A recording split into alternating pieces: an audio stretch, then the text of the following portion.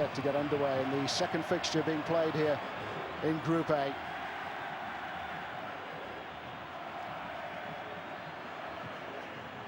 There is Juan Aranga, who's not been at his best during this tournament. He came out yesterday and held his hands up and said that he didn't feel he had contributed enough, but the coach Richard Pyers has said that he's got plenty of belief in the man from Mallorca.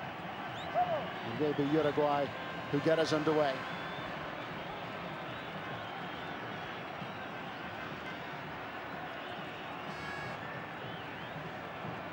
Seaman having a final head count. Broadcasters the world over taking these pictures. Everyone needs to be synchronized.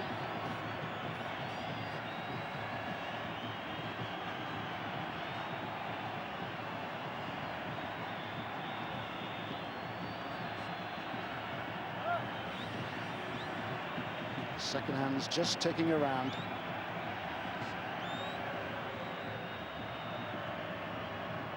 Numerous delays before kickoff in so many of these Copa America fixtures, but he's got the thumbs up now, the referee.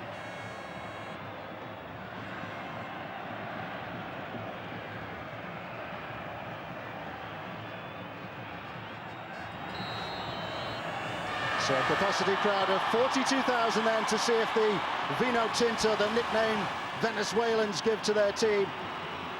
And it's thought that as many as 20 million of the population will be watching this in their homes or in bars up and down the country. Well, until now, baseball, bizarrely, has always been the more popular sport. You wouldn't think so tonight, though, Warren. No, terrific atmosphere. Definitely not, Tone. I mean, as you can see, the whole country's got behind them.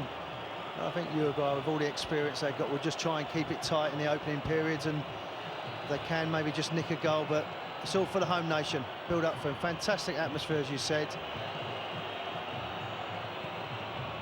Venezuela in the last 8 for the first time after more than 40 years of trying.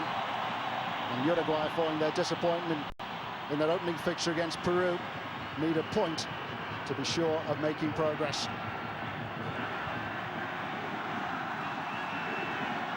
Here's Hector Gonzalez. Now the formidable figure of Ray at the heart of the defence alongside Alejandro Cesar, who scored the first goal in their fixture at the weekend.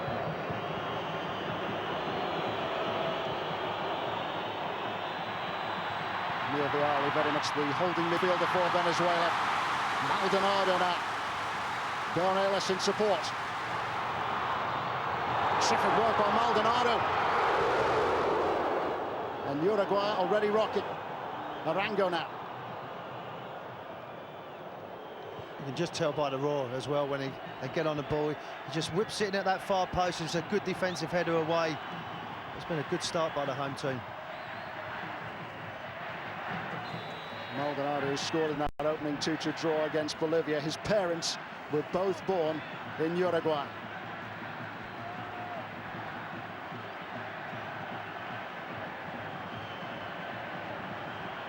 Just to recap, Venezuela, who began with a 2-2 draw against Bolivia, successful 2-0 against Peru at the weekend.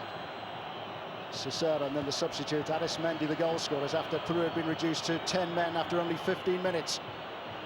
Pedro Garcia sent off.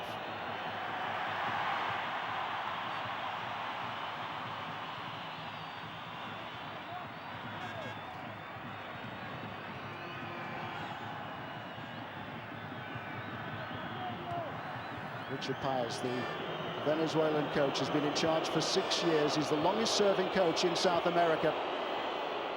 He's been patient. The country have been patient as well, but now they've been rewarded.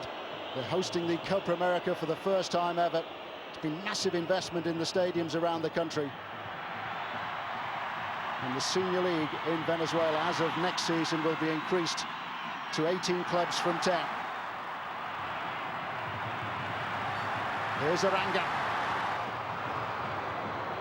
Very ambitious there by Aranga.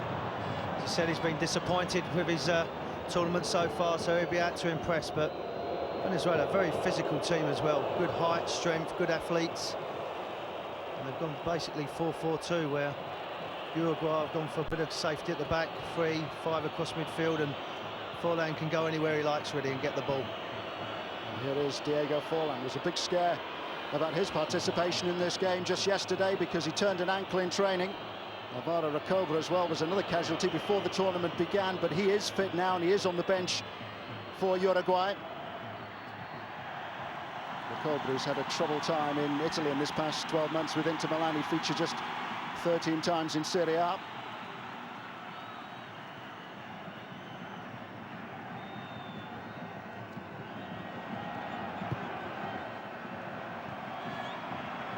Here's Eder Perez. And Mia Vitali. There's a bold switch by Richard Perez at the weekend, taking off Andreas Ruga when Peru were reduced to 10 men. It meant that Venezuela could press the game. Perez very much an attacking left back. It is a position, however, where Venezuela have had problems during the course of the tournament because Jorge Rojas was injured in the opening game.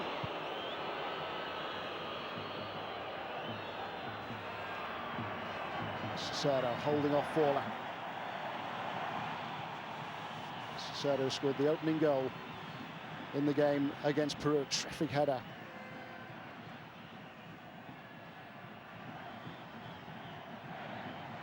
What I like about the home nation, the team, they're very composed. Now, there's a lot of pressure when you're playing at home, and first time in 40 years they've managed to get through to the second stages, if you like, and with that comes expectations, but they look very calm, very astute and focused on the job ahead. First competed in the Copa America in 1967. They had their first win that year. They beat Bolivia. They've had to wait 40 years for their second success.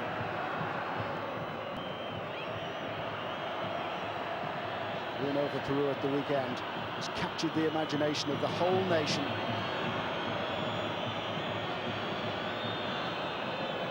Here's Lugano, the skipper.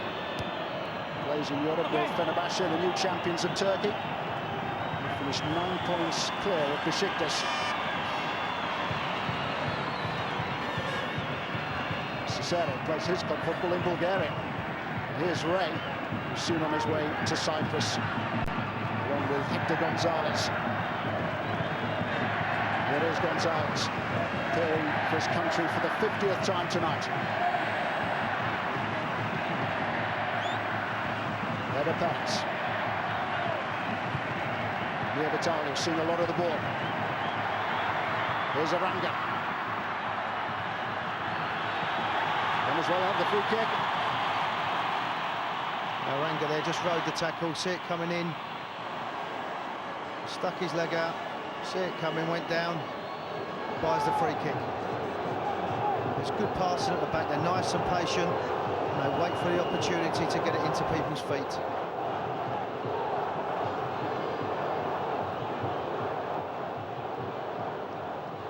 Maldonado, Arango and Ray, the three in discussion. Ray, who scored against Uruguay in a World Cup qualifier a couple of years ago. He can hit them.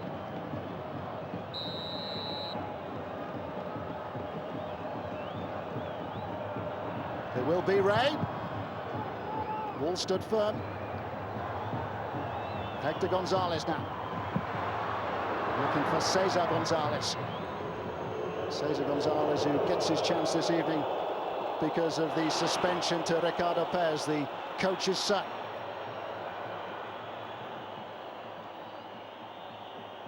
Vicente Sanchez.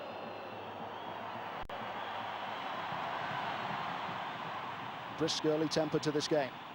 Venezuela want to win the group. I think it's good habits as well, Tony. You know, when you're off the back of a good result or against 10 men, it's nice to keep the momentum going. It keeps the interest, keeps the fans on a high. And you can just tell by the atmosphere, they're up for the game, the home fans and the players are as well. Nice and bright on the ball, moving it very well. Already the cries of Ole. Eder Perez. Aranga. Venezuela expecting a big performance from him tonight.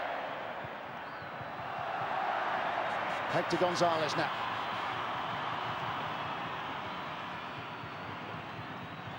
Hector Gonzalez, the fullback they call El Turbo. Loves to get forward, and he is very quick. Here's the skipper, Vieira, back in the international setup this year, given his chance again after a 2-year absence by Richard Pay as the coach.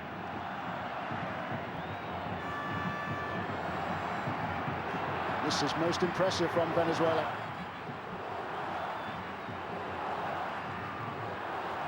On by Aranga, looking this time for Deonelis.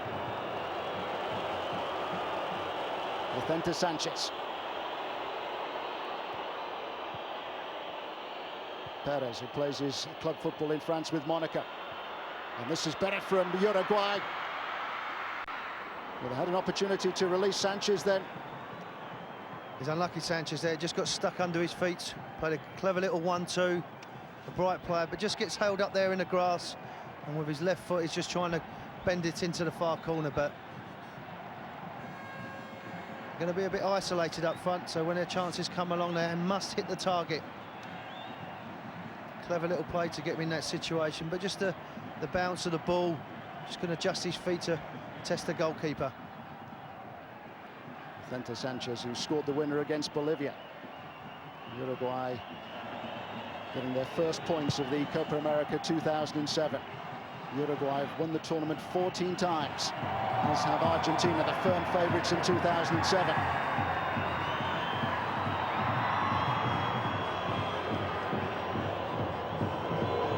Sanchez claiming then that he got a hand in the mouth from Mia Vitali.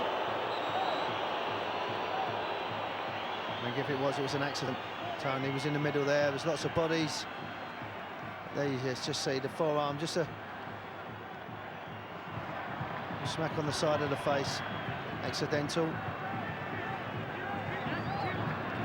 Mia Vitali has got a bit of previous. He was sent off in a friendly against Uruguay in October of last year. He was also dismissed in the Copa 3 years ago. Maybe it was an accident then, Tom.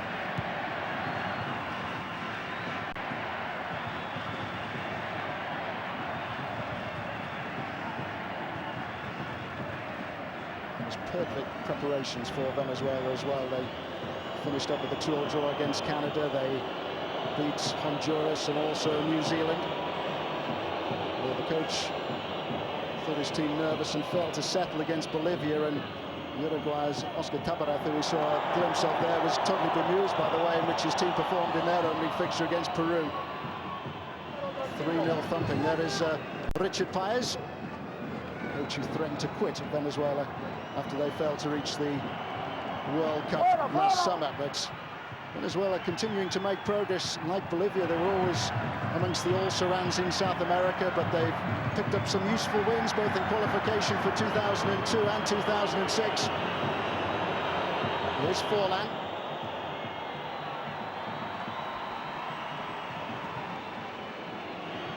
Perez. Out by the Ashod Cesar. Given away by Mita Viale. Forlan there rather isolated in the Venezuela penalty area. Both teams at the moment just giving the ball away very cheaply. Yes, you want to play football at the back and pass it along, but you don't want to take any chances to give it away, because Uruguay haven't got that many numbers forward, so they're going to have to try and take the opportunities. You don't want to hand it to them. Captain play by Fusile. And Pereira play by Fusile. Now I've seen him in Champions League action with Porto in the European season that's just ended. Uruguay have changed things at the back, because Carlos Diogo of Real Zaragoza, who picked up a caution in that last game against Bolivia, was left out of the starting lineup this evening.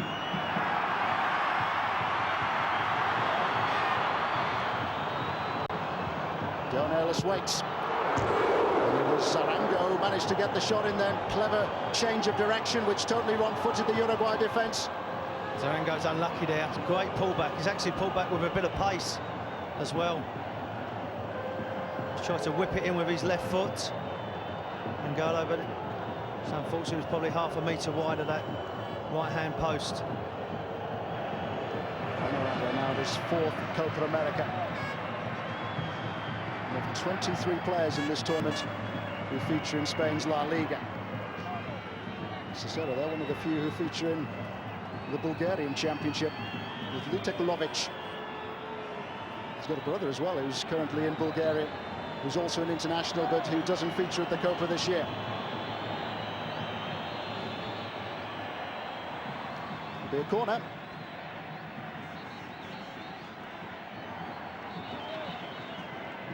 Yeah, after the first 10 minutes, Uruguay have settled down very well. They've set their stall out with three at the back to make it difficult to break down, and they're clogging up midfield and just taking their opportunities with a set piece or a counter-attack. Fall on weights. Dario Rodriguez also in there. It has come to Dario Rodriguez, and the shot is thudded against Ray. On by Aranga. Terrific covering as well by Diego Perez then. Venezuela with plenty of pace in attack with Maldonado alongside Berneas.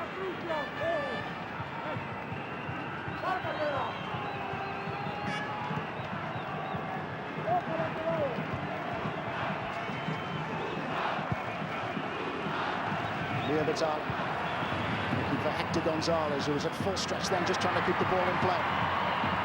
Cesar Gonzalez doing his best to make the most of the opportunity which has come his way because of the suspension to Ricardo Pérez. Fallen. Howls of derision now from the Venezuelan supporters. It was a hot and hostile atmosphere in Merida.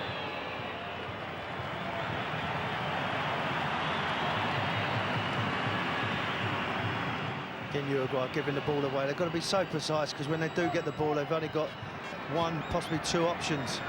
So it has got to go into feet. The long ball over the top is very, very easy for the home team. Just get the ball, start the movement again, try and play midfield. Maldonado. Looks lively, Maldonado. Wants to get on the ball. A rugged centre forward as well. Doesn't mind the physical side of the game. Already for Maldonado at this Copa America. It came in the draw against Bolivia. Striker who's recently moved to Chile to join O'Higgins. His place at Union Maracaibo has been taken by Daniel Arismendi, who scored a terrific goal after coming on as a substitute in the game against Peru. There's Perez, who also impressed against Peru.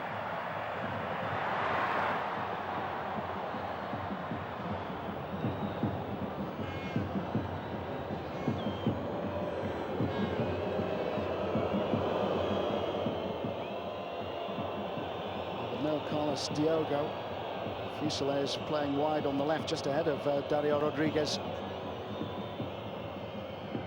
For the third time in this tournament, Oscar Tabarez has changed his tactics. Yet the Uruguayan coach was saying that he was determined to stick with a 4-3-3 formation. He's trying to do that right the way through the age groups in Uruguay now, right from under 15 to full level. Yet following that one bad result, he's decided to change things, and he's changed them again. He's gone very cautious. I think this evening he's just tried to block everything up and on the counter-attack, and at the moment the ball's into the strikers. He's either too high or too wide, really able to sustain any sort of pressure.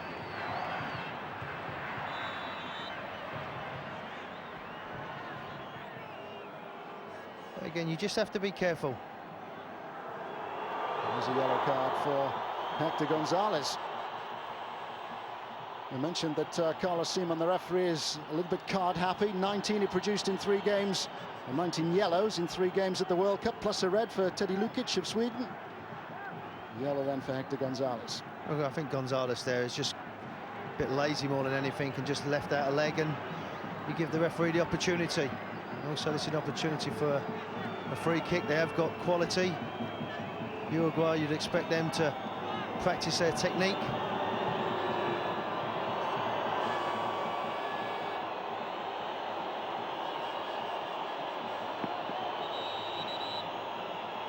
Pereira is poised, but first the referee will have to sort out some pushing and shoving.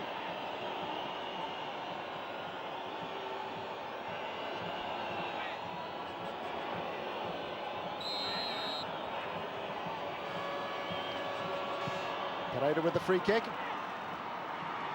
He's helped on by Andres Scotti, gathered eventually by Reni Vega. No, I think Scotti got just too much on that ball, so whipped in with pace. Goalkeeper there on the second attempt was able to come and get the ball. Scotti returned for the second game here. He was injured. He injured a hamstring in a warm-up fixture that Uruguay had against Australia. First time that they played each other since that World Cup playoff, the World Cup playoff that Australia won. And Uruguay didn't go to Germany last summer.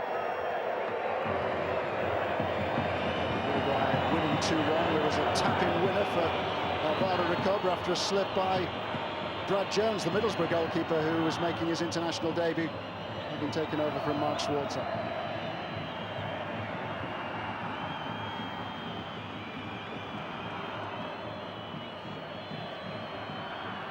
Lugano. Christian Rodriguez, who's been most impressive since getting his chance as a substitute in the opening game. On again by Vicente Sanchez. Great play by Sanchez. It's Sanchez again. He'd be disappointed with that. He'd done the first bit ever so well, Sanchez, but when it come back to him, he just took a slap shot at it, really. I think one thing now with Uruguay, they are going with a bit of purpose when they get forward. First of all, in the first 10 minutes, there's probably 2 players getting into the penalty area, but now they're trying to get a few more numbers, get a bit more possession on the ball. It's the home team really that are sitting back, inviting a bit of pressure onto themselves. So important to win Group A, because the winner plays the second best of the third place teams who will be allowed through into the quarterfinals. The second team in Group A will play the winner of Group C. Take your pick, Paraguay or Argentina. Who would you prefer?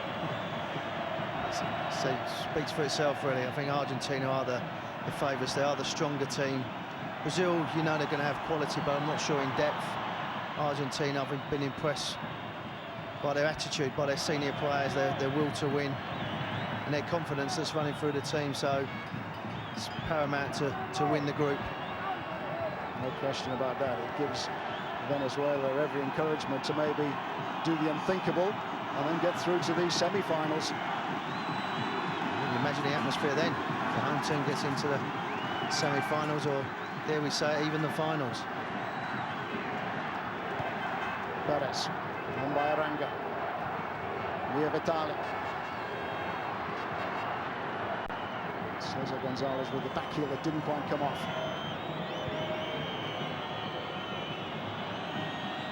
The home team have just lost their momentum a little bit. They started the game off with a good tempo. They've got the crowd behind them, but Uruguay have been able to silence the fans and take the sting out of the game as well. I was the home players. You were trying to lift the tempo, lift the pace of the game, and put the blue shirts under more pressure than they are at the moment. Aranga felt that he was shoved off the ball then by Diego Perez. Referee says play on. Perez again. Pereira.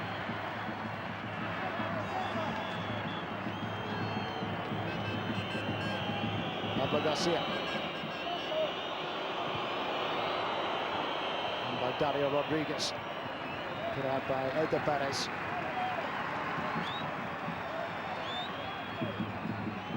Both fullbacks look good athletes for the home team. We would like to get forward. Just at the moment, they're being restricted, being pushed back.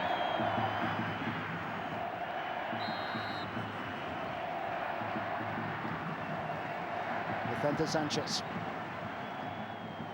On by Fall. Christian Rodriguez. Good defending in the end, but again, nice and confident. Uruguay, again, it's coming through Sanchez as well. Feeding Fall down there, so they're getting more and more set pieces. He's got Tabaraz there. I think he'll be happy with it's gone so far. I think he would expect to be under more pressure. Forlan ready to make his move.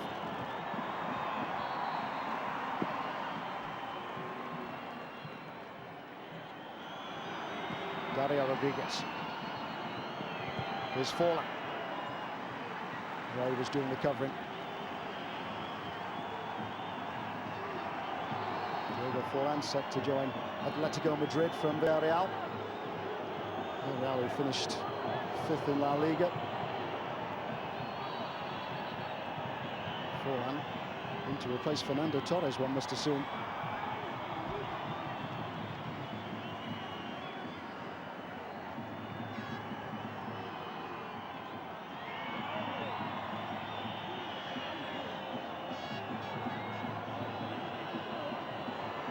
Scotty and Lugano both forward.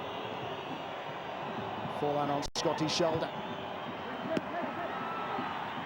That's one thing that Venezuela have, is good height. Confident shot from the goalkeeper, Reni Vega. Massive clearance as well by the Venezuela goalkeeper. Here's Pablo Garcia. I think that knockdown just shows you how deep midfield players of Venezuela are having to drop and cover in front of the front two. Stop the front two of Uruguay getting the ball. Some massive gaps now. Uruguay have had plenty of time to prepare. They got together in Montevideo on the 11th of June. Over 2 weeks of preparation before the tournament began. There was a problem for Forlan going there, wasn't there, when he left Villarreal, because they wasn't sure about their qualification for UEFA, but he had to go. Like you said, Tony, they've had a long time to prepare.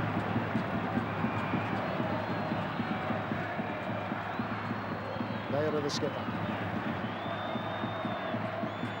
Eder Perez. Prepared to take on Diego Perez.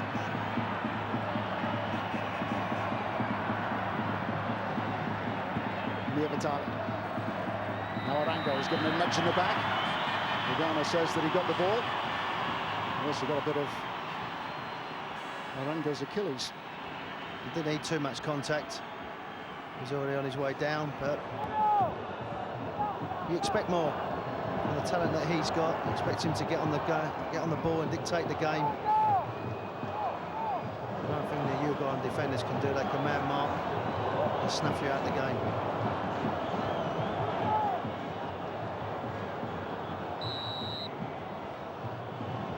Cesar Gonzalez this time, whipped in, straight through to Carini. Carini did well there to keep his eye on the ball, because it was an awkward bounce just in front of him. Just any little touch, it keeps his eye on the ball, he's focused. Good hands in the end. The goalkeeper who's with Inter Milan, although he didn't feature in Serie A's 4th choice now at Inter. Featured at the Copa in 1999, but didn't play 3 years ago because he was injured.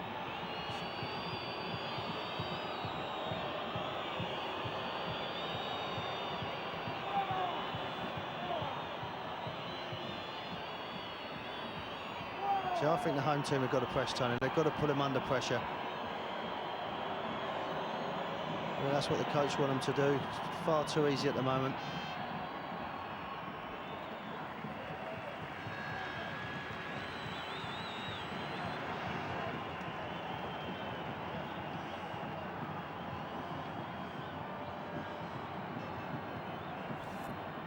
So there's more Copa American football on Wednesday evening at 11 o'clock on Sky Sports 1. It's Mexico versus Chile. That's Wednesday at 11. And that is followed by Brazil versus Ecuador. Both those games, programme beginning at 11 on Wednesday evening on Sky Sports 1. Brazil, who so far haven't been too impressive. No, as I said, obviously you expect a lot from the Brazilians. Argentina would be my favourites with the experience that they've got, but you can never underestimate the Brazilians. They have got people that can change a game.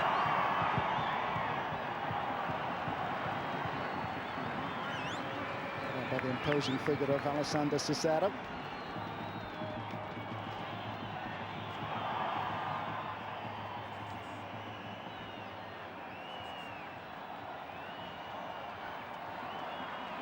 Sanchez loses out. Here's Vera, at times is playing just in front of his back four. Venezuelan skipper.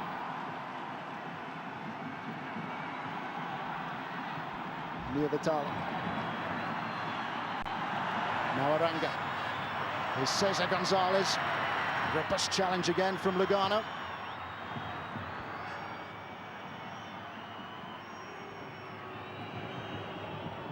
Christian Rodriguez, who gave an eye-catching performance when he came on as a substitute in the opening game, in from the start for the second fixture that Uruguay played.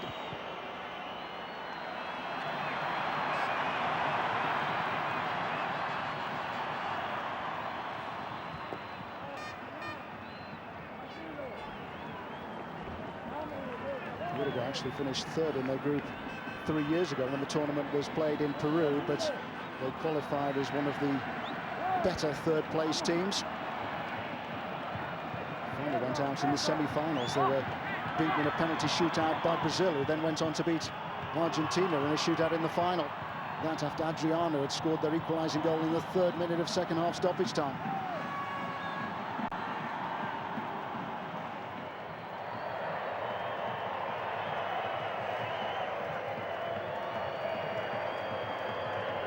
Garcia.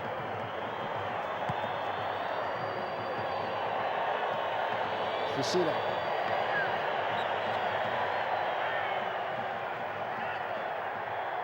Christian Rodriguez foul. 30 minutes play. Venezuela and Uruguay goalless.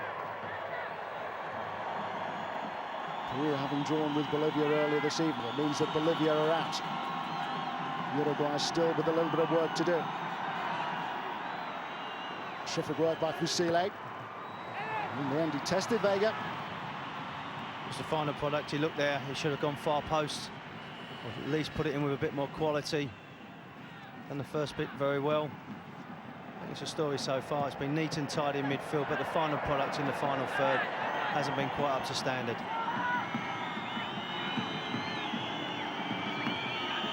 Christian Rodriguez. Now Fusilli, eager to get forward and to take on Hector Gonzalez. And again by Christian Rodriguez. Looking this time for Vicente Sanchez. Vieira now.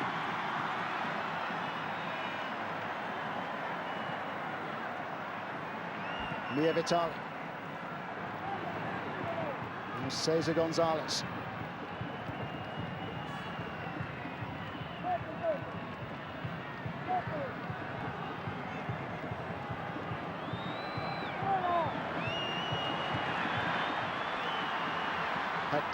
Hector Gonzalez, that is. By Diomedes. They're doing it well, Uruguay. They're shuffling across. So there's no gaps in between, so they can get it into the forwards' feet. Every time they do get it into someone's feet, there's always a blue shirt behind them, not allowing them to turn. Defensively, they're very strong. Vieira, the skipper. Recalled to the team this year at the age of 34. Now Eder Perez, on again by Vieira. Venezuela with plenty of possession, but nothing to show for it.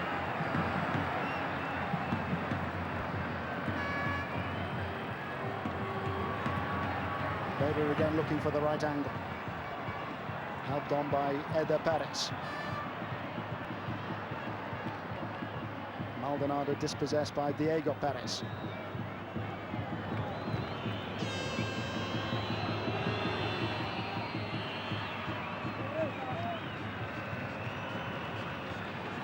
But notable absentees for Uruguay at this tournament, including Pedro Montero, who was such a dominant figure in the middle of their defence for many years.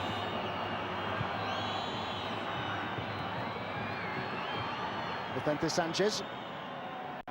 Might need a little bit of help here. And it is forthcoming now from Fusilli. Forlan arriving.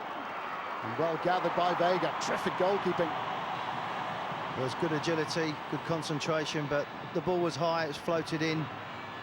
They had plenty of confidence. One arm, then into the next.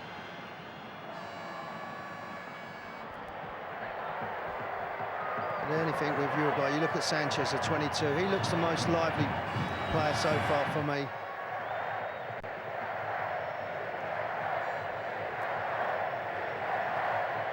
It is very much party time in Venezuela during the course of this tournament. The whole nation has been gripped by the Copa America, and they've been enthralled by the performances put in by their team, although they were rather nervous and edgy in their opening game against Bolivia. They conceded late on and had to settle for a 2-all draw. Again, there's a sign of the no-nonsense defending here. As soon as one of the home team gets the ball, there's a blue shirt either closing them down or making a tackle. And they're not going to allow them to get any movement into their game, any flow, any energy into their game. They're just breaking it up. Saying that, he's not been tested. They've not done enough going forward for me. Venezuela, they should be more ambitious, should be more temper to the game, but full credit to the blue shirts. They're making it difficult.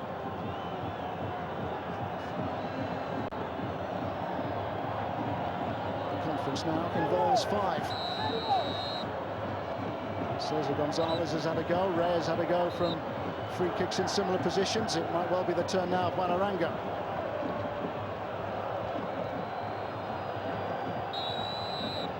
Coach has said he wants something special from Buonaranga.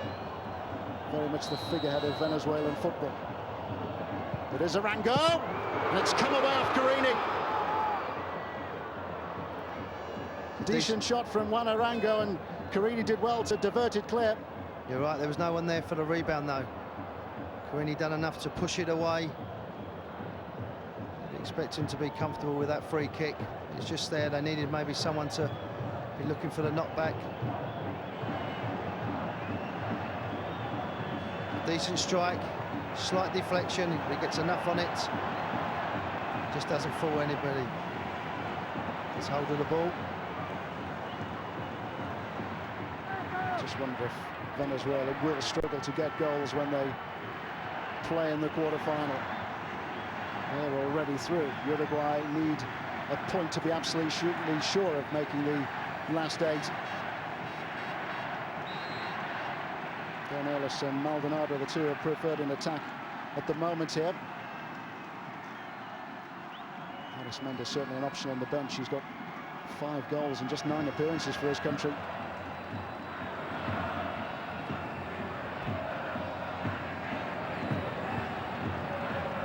Driven forward by Vera, looking for Aranga. Aranga's the one they look for a bit of magic. It hasn't quite happened for him so far, but he's the one that can give them the spark, gives them the lift. I think when you get into the knockout stages, you need someone with a bit of quality. As we've seen by this half so far, the chances are few and far between.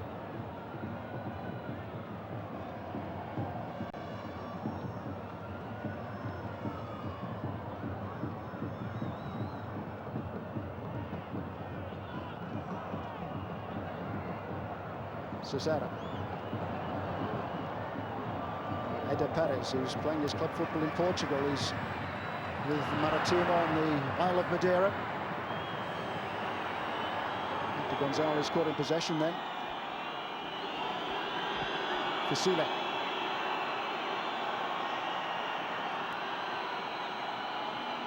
Fasile once more. Cross again is deep. Once more they're looking for Vicente Sanchez, and again Renny Vega's handling is impeccable. Perfect in the end, he's got no challenge. Saying that the quality hasn't really been there. It's not really been driven in or put in with any real purpose. It's been hung up. It's good for his confidence. They're quite young for an international goalkeeper. He's just 27. He has played in Europe. He had a brief spell in Italy with Udinese, although he never got close to featuring in Serie A.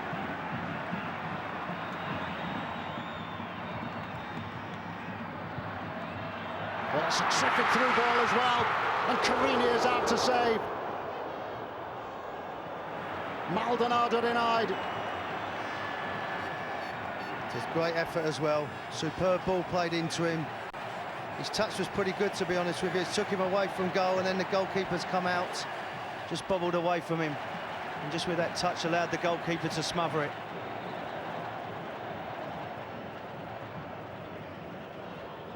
Maldonado has already scored in this tournament against Bolivia. Curiously enough, he scored 3 goals in World Cup qualifying, and they were all against teams who Venezuela have faced in this Copa America: Bolivia, Uruguay and Peru. That would have pleased the coach as well, because at least the pass was with purpose. It's a great ball played into him. Maldonado was unfortunate with his touch. It just took him slightly away from goal.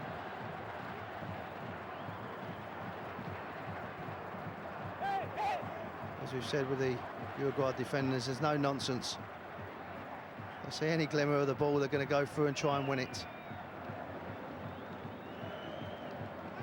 I wonder which team Maldonado's parents are supporting this evening, both from Uruguay.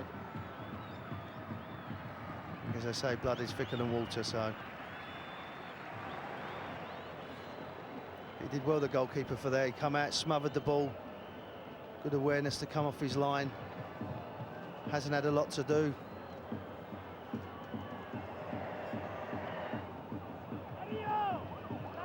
Vastly experienced goalkeeper Carini, who's been playing international football since he was 19.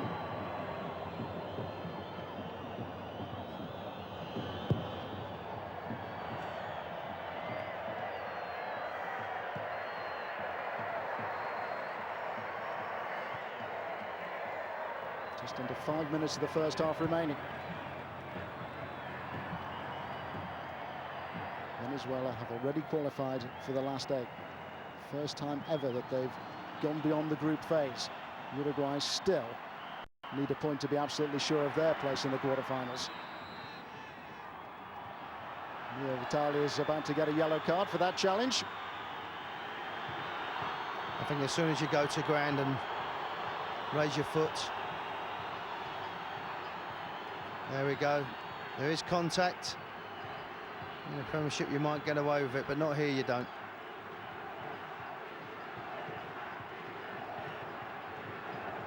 As we have mentioned, he has got a bit of previous. Sent off against Uruguay in a friendly last October and sent off at the last Copa America. Mia Vitali. It was a great ball as well, Vitali, when he just played it in. But there the referee felt that the tackle was overzealous and ends up in the notebook. This was Vitali's through ball, which was fastened onto by Giancarlo Maldonado before Fabian Carini made that fine save.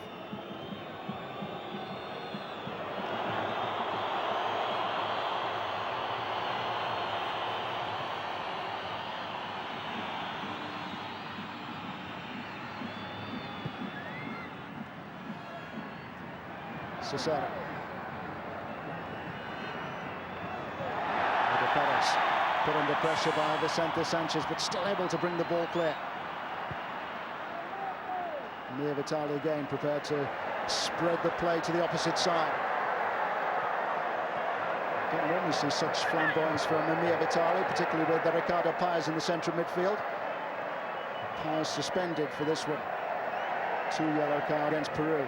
Second yellow card was picked up after he was caught offside and put the ball in the net, but in fairness to him, I don't think he actually heard the whistle. Such was the noise level in San Cristobal at the weekend.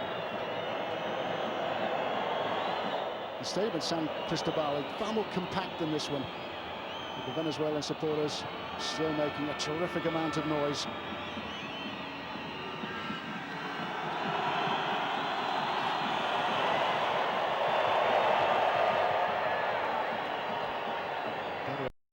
Who also suffered a degree of frustration at the end of the German Bundesliga season. Schalke just pipped for the title by Stuttgart.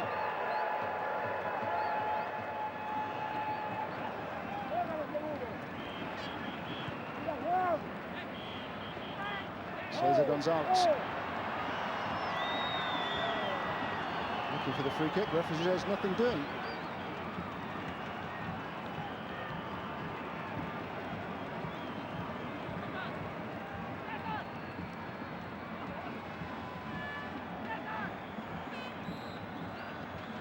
Apologies.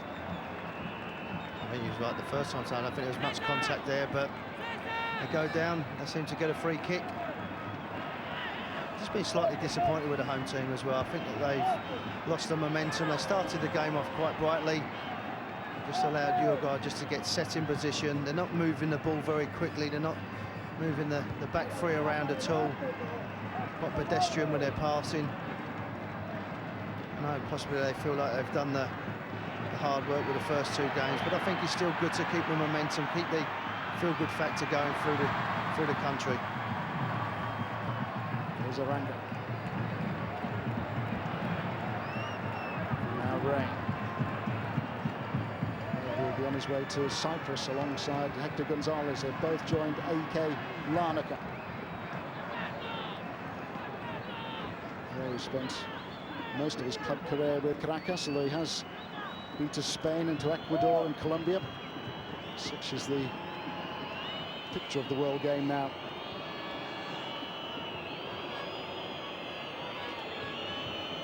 Caracas actually beat River Plate in this season's Copa Libertadores.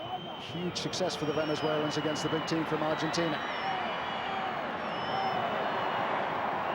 Sanchez slightly wrong-footed by the direction of the pass then. Well, he's overhit as well. But he has been a bright start for the team. Sanchez has tried to get on the ball, make things happen, but been very, very limited with possession. Just one extra minute then at the end of this first half.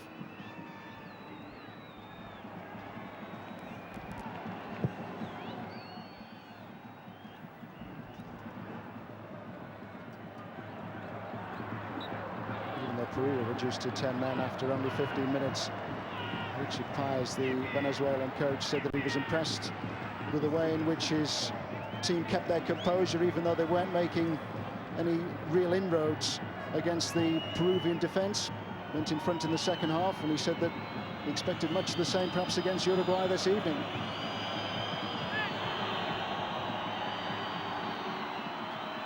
Another marvellous run by Christian Rodriguez. He's done well as well in midfield. He's looked really bright. Tried to get things going.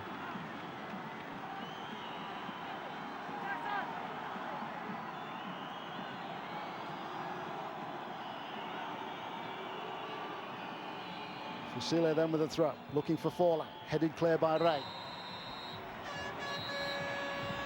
So a first half which promised much but delivered not too much, in fact. We saw a free kick coming back from Fabian Carini, and Giancarlo Maldonado coming close as well with a shot which Carini turned aside, but it's looking good for the hosts. They're in the quarterfinals, and at half-time it's Venezuela 0, Uruguay 0.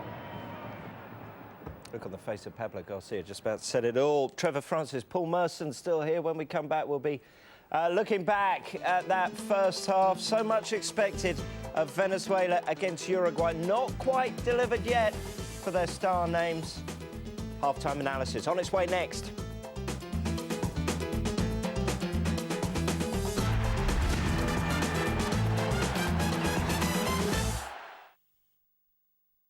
It's title time.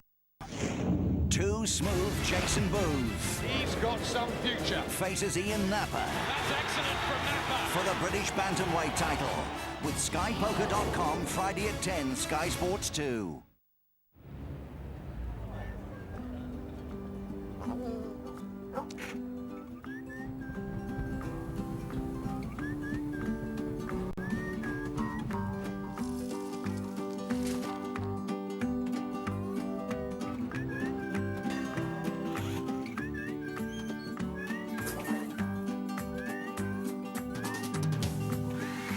Let the power of nature into your home.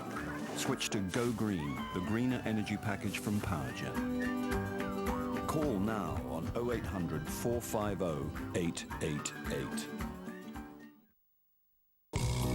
We squeeze the finest oranges within 24 hours of picking. Tropicana Pure Premium, straight from the fruit. Oh, Gary.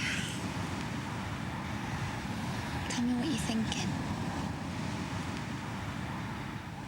I was wondering, who could swim faster, an horse or a dog?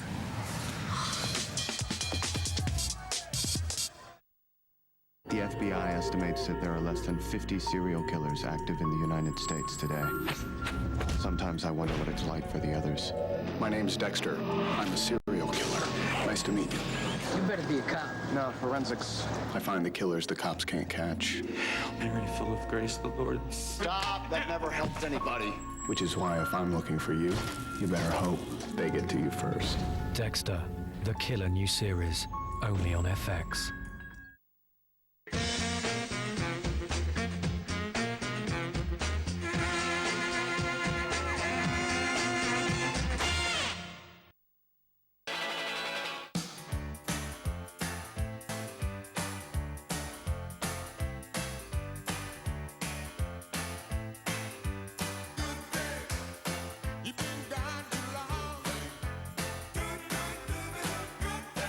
With the option of 7 seats and on-demand all-wheel drive, it's a premium SUV without the premium.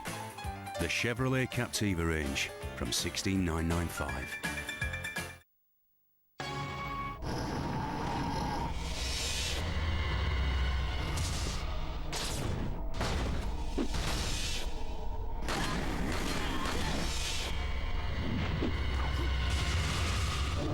Resident Evil 4, Wii Edition. The nightmare just got real. Ah, the seaside. What better way to spend the day? Hang on. 3 young ladies, 2 silly hats and a wig. I make that pins o'clock, don't you? Live a little, Holland. 4! Grey mullet. No. Dover sole. No. Oh, there it is. Grills. No. Finnet. No. Skate. Garupa. No. Anyone else for pins? Compliments to the gentleman in the corner. Do the line, do the line. It's Pims o'clock. Oh, he's good. Anyone for Pims? In the cool of the evening when everything is getting kind of groovy, I'm gonna tell you all the things my heart's been a-dying to. Turn against them. I'm not so sure, you know, that they don't want to sour them too much because, you know, at the moment things are going so well for Venezuela.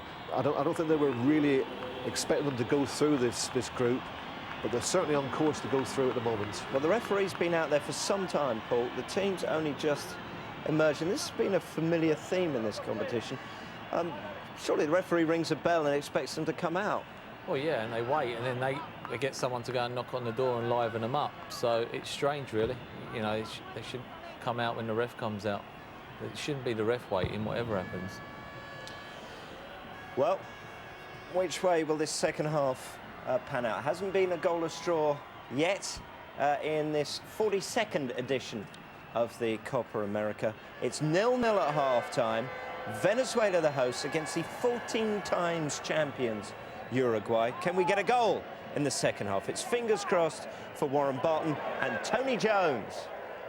Fingers crossed for a goal, certainly, and Venezuela doubtless keeping their fingers crossed that they will win this group, because it would mean that they'd play their quarter-final at San Cristobal, where they played their opening 2 games. It's a much more compact stadium than this one at Merida. And of course the winners of this group would perhaps get the easier route through to the semi-finals, one would assume, because the winner of Group A plays the second best of the 3rd place teams. The second team in Group A plays the winner of Group C, either Paraguay or Argentina. Roque Santa Cruz was saying only yesterday that he felt that this was the tournament of surprises, and I think results have borne him out, Warren. Yeah, correct. I think it has been. You know, the home nation have really took to their team. The last 2 performances have been good, although we're obviously down to 10 men. But this is a test for them as concentration against a very stubborn defence. I think, like the gentleman was saying, it's that both teams don't want to lose this game. So it's not really going to be a free-flowing football match. He hasn't been too busy. Just 1 yellow card.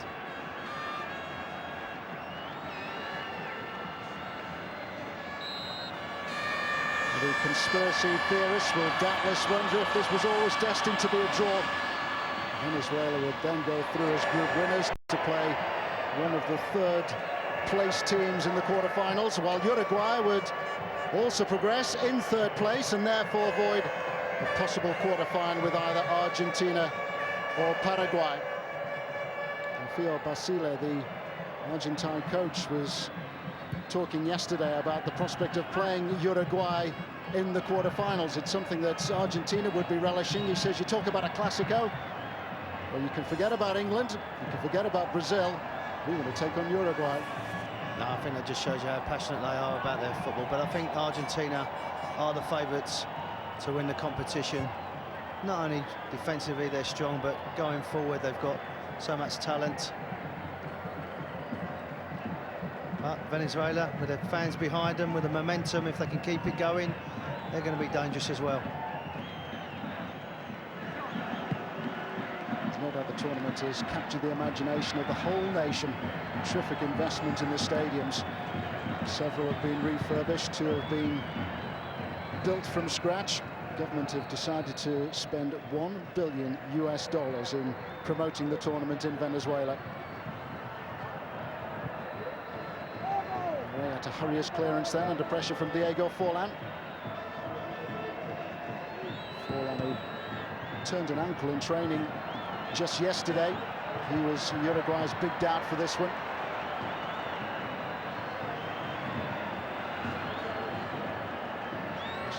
The coach decided to make just the one change. Carlos Diogo has been left out, having picked up a yellow card against Bolivia. Many of those who have already picked up a yellow card, who are booked this evening, would have missed the quarter-final. There's one caution so far. That's for Venezuela's Hector Gonzalez. He is okay for the round of the last 8. There, the skipper.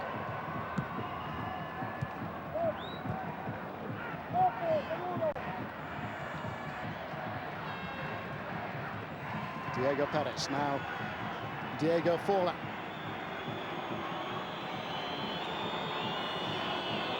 Dario Rodriguez.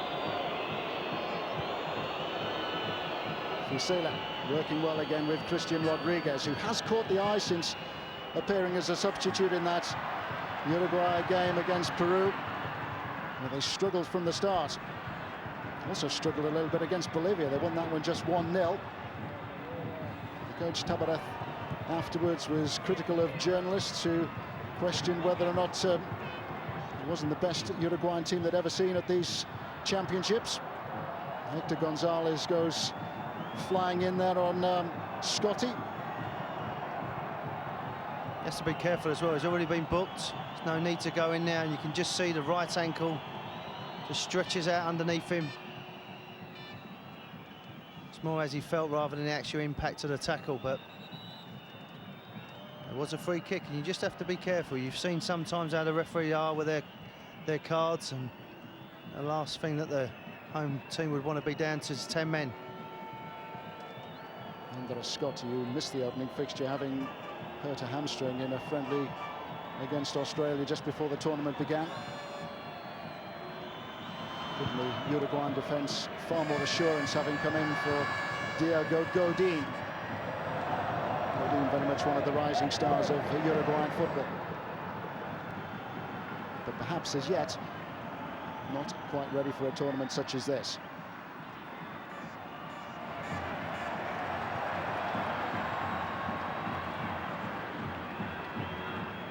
Is Forlan. Now Christian Rodriguez. And it's shepherded back to Vega by Eder Perez, showing that he's just as effective as a conventional left-back as he is as a wing-back getting forward.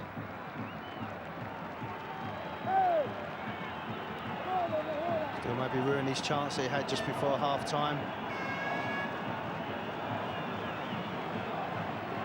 Manager would want to put out a good performance as well.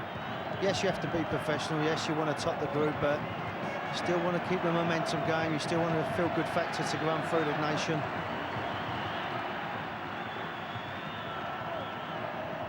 Richard Pires, the longest-serving coach in South America, having taken over the job of the Venezuelan coach back in 2001. 6 years he's had in the job. Steady progress, if unspectacular. Some eye-catching performances at this Copa America. In South American footballs, that's a lifetime. 6 years. They do tend to change their coaches a lot. As you said, he's just trying to sow the seeds from the young players right the way through to the first-team squad. Ghana edging down the touchline.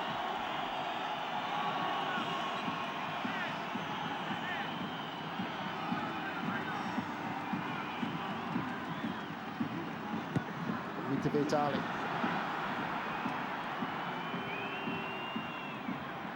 And back by Eder Perez. Forlan's been disappointed when he's got the ball. He has been dropping deeper. trying to get forward, but his passing hasn't been great. Forlan went to the World Cup in 2002, just 3 months after he made his international debut. Struggled, of course, for a time at Manchester United before he finally got his first goals in the Premiership against Liverpool.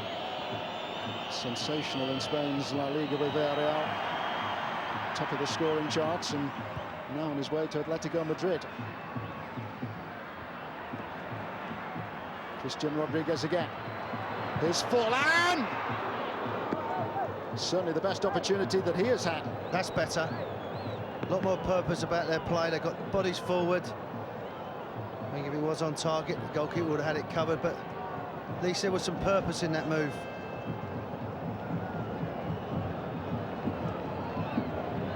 Yet to score at the Copa America.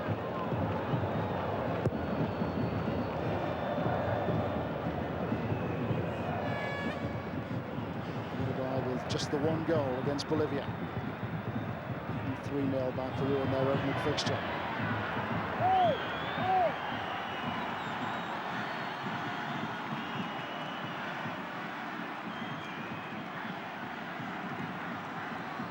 Hector Gonzalez, El Turbo,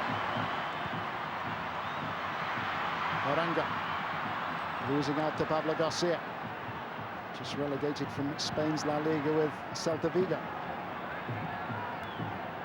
Vicente Sanchez, Ray steps in. Very solid at the back, Ray, isn't he, alongside Cicero? Yeah, he looks very composed, although Sanchez is very, very isolated when he gets the ball. He's got at least 2 shirts around him, closing him down. But Ray looks very composed. He's like a rock at the back there. Richard Paz has been given time in the job of Venezuela coach, and I suppose it's helped that he's been able to keep together a group of players who are all around the 30 age mark now and who've played in so many internationals together. Cicero and Ray, regular partnership at the back for the last 5 years.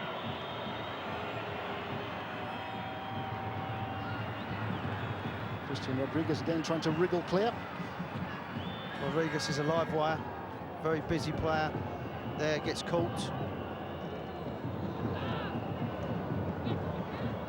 Rodriguez, who plays his club football in Europe, in France for Paris Saint-Germain, who finished 6th from bottom in the French Championnat. Another season of underachievement for PSG. Uruguay also looking for some improvement in Venezuela.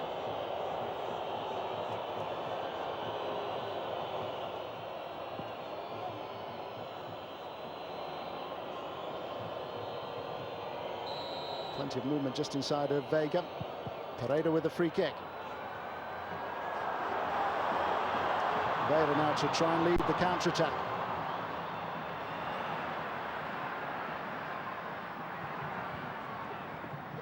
Ellis. Venezuela are sure that they should have had a free kick, and that would be a yellow card for Jorge Fusile. He was trying to suggest that he got the ball, and he did get the ball. But he's gone right through the back of him as well. You don't need to do that as well as a defender. The attacker's not going anywhere. Just be patient. You can't win every ball. The way the cards have been shown in this tournament, you know you're going to end up in the notebook, no matter how much of the ball you've got. It comes clearly through the back. There's no need to do that as well.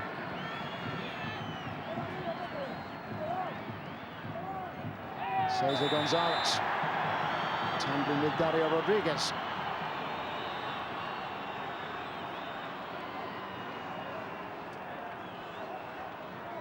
See there, a little nudge. Just got done by pace.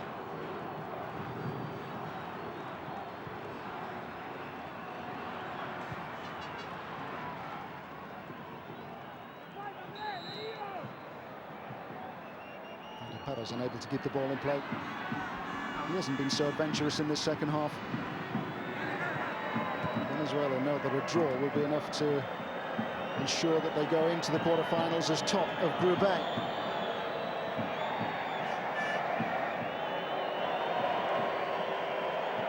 Point will also be enough for Uruguay to make sure that they feature in the next phase of the competition.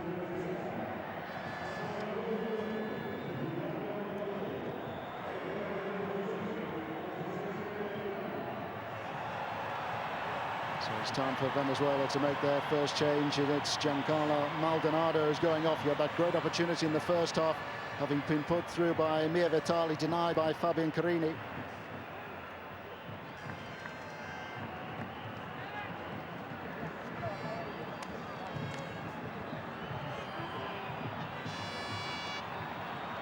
Also, Torrealba has come on in his place.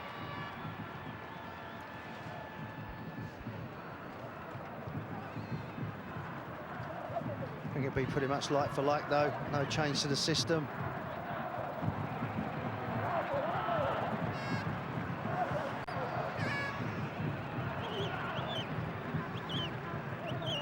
Venezuela just a little bit short of ideas in attack. Looking to Mir Vitali and Naranjo to provide a bit of the inspiration in midfield. Some very little of De Ornelas, who played for a time in Scotland. He was on trial at Celtic. He featured in a mid-season friendly against Bayern Munich. He was also at both Crystal Palace and Queen's Park Rangers. I think you look at both squad of players, the front line has been disappointing for both of them. Possibly Sanchez, obviously, for Uruguay, but other than that, it has really been the midfielders or the back line.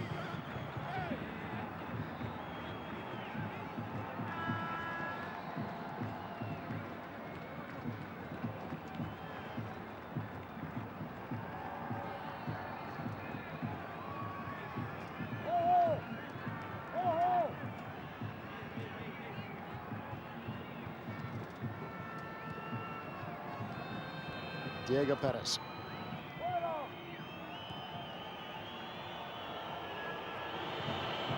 Lugano.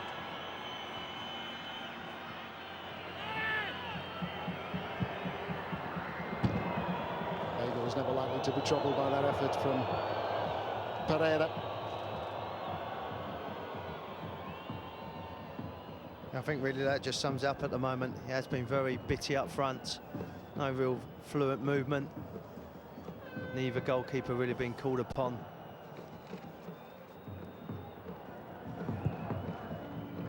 You just wonder in the players in the back of their mind, are they thinking now for the next game, the next stage, just to save a bit of energy, just be very, very cautious. And these are two teams who know each other well. They faced each other twice in friendly internationals in the autumn of last year.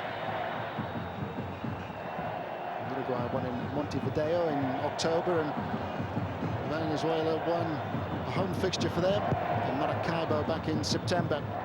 Daniel Arismendi coming off the bench to get their winning goal just 8 minutes from time. First defeat suffered by Oscar Tabaret since returning to coach Uruguay. The Maestro has got a good record in his second spell in charge. Led Uruguay at the World Cup in 1990 and also in the Copa in 1989 when they reached the final. He's already made the point that they lost their opening fixture that year.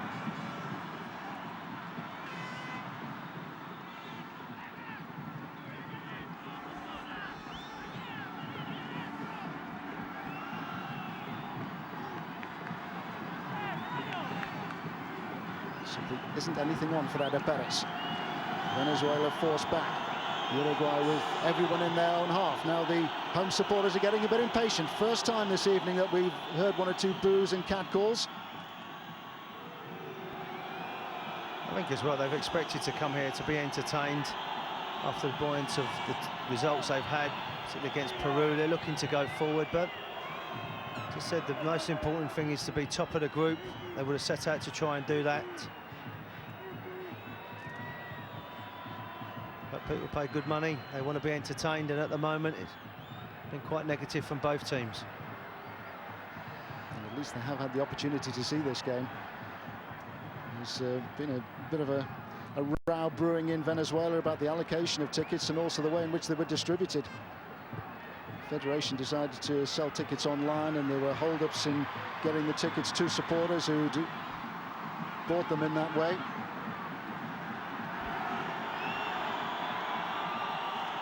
Vera. Ornelas.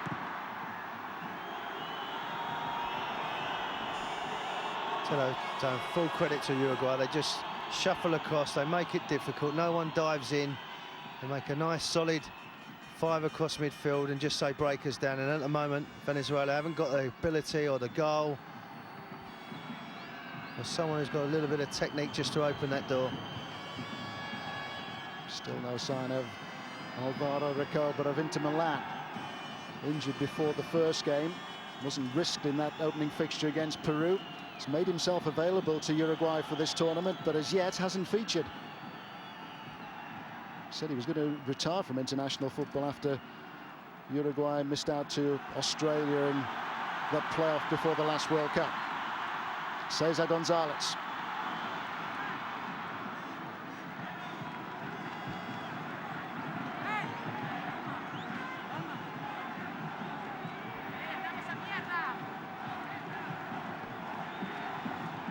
They made one change, they're contemplating a second. Guerra is poised to come on. Alejandro Guerra, that is.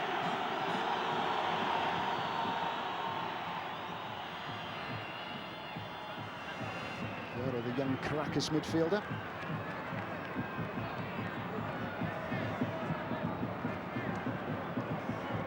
We've seen in the last games as well, Hector does like to get forward, he does like to express himself, but he's very conservative, just holding his position. Doesn't want to expose himself or give any chance to be exploited at right back position.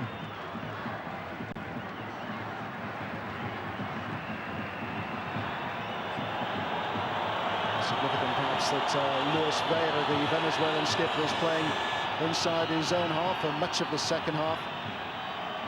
Certainly in the game against Peru, he was pushing forward far more and giving Hector Gonzalez some support. Now it's Perez's turn to get forward. Cesar Gonzalez. The Venezuelan supporters doing their best to will that ball beyond the reach of Fabian Carini. Good movement, good diagonal ball, and that's given the home nation, the home crowd, something to cheer about. Quite a long-range effort, obviously took a deflection. I think the manager and the coach are just debating whether they go for it or do they just sit back and take what they've got. Cicero scored with a towering header in the last game. Fisted away this time by Carini. Here's Ray. Foot was high.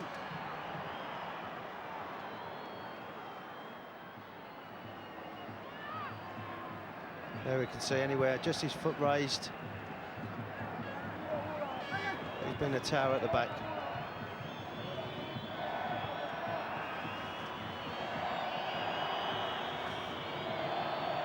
Ramon Carrasco's time in charge of Uruguay just about came to an end after they'd been beaten by Venezuela in World Cup qualifying. It meant that they had to face that playoff against Australia. It resulted in the return of Oscar Tabarez, El Maestro, as coach.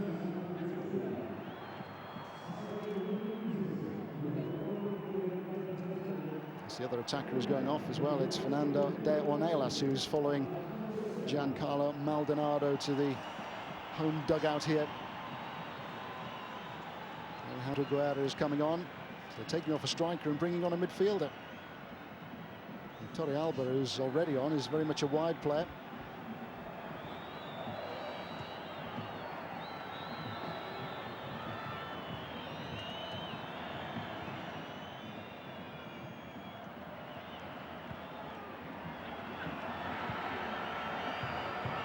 Christian Rodriguez.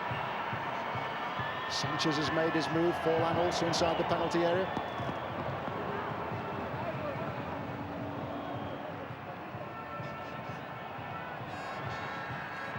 And then when they actually went forward, they actually had numbers in the box, but again, the quality wasn't good enough in the final third. Blocks the defender, no movement on the ball.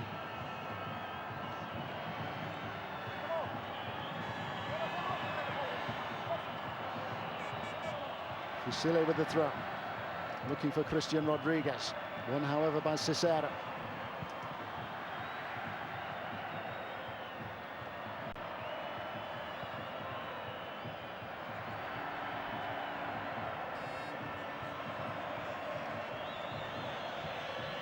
Here's Scott.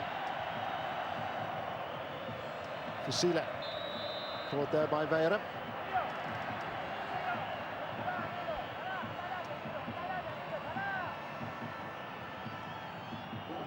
It has been a rather disjointed second half, and it hasn't been helped by the substitutions.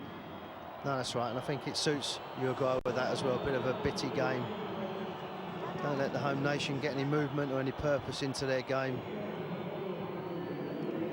It's time for Uruguay to make their first change, and it's the first appearance in the tournament of Alvaro Recoba. Vicente Sanchez, who scored the winner against Bolivia, is going off.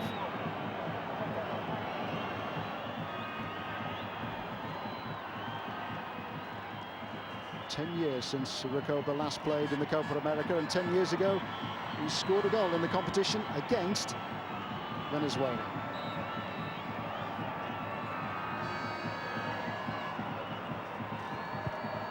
Recoba with a free kick.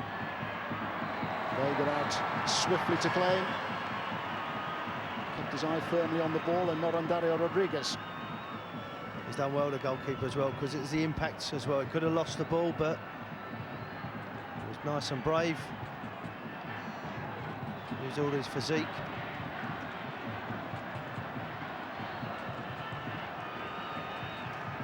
Dario Rodriguez coming off second best. And 2 Copa America games on Wednesday evening. Mexico against Chile. That's on Sky Sports 1 at 11. It's the first of our doubleheader. Then it's Brazil against Ecuador. The programme on Sky Sports 1 at 11 on Wednesday evening.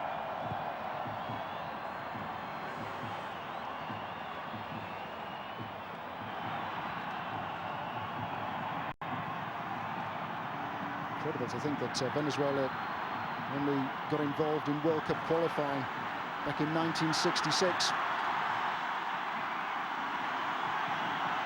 Made huge strides in recent times. Torrealba was in the middle there. Just leaning back was a difficult ball. There's a little bit of movement in the game, a bit of purpose about their play, but a very difficult header. Coming away from goal, difficult angle.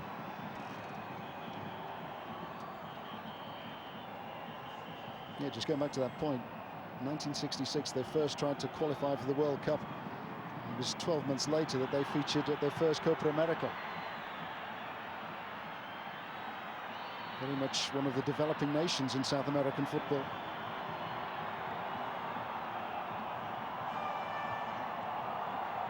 Vieira.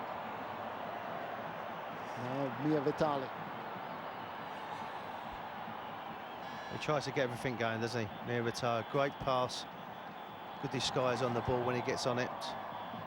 Just hasn't had too much movement up front for him. He has perhaps had a bit more flexibility this evening because of the absence of the suspended Ricardo Paez. Torrealba.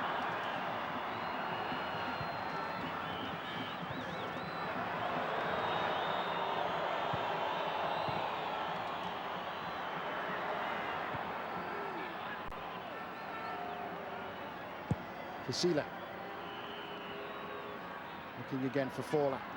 Helped on by Cicero. Slipped there by Eder Perez, but Cicero quickly across to cover.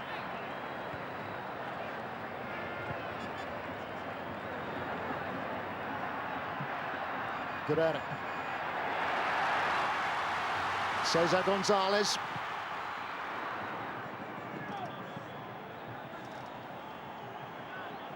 Great block in the end, good defensive block. Held the width when they had the ball, nice little one-touch play, but the blue shirt threw his body in line of it. Cicero is making his way forward. Cesar Gonzalez has come across to take the corner kick. Morongo being closely watched by Pablo Garcia.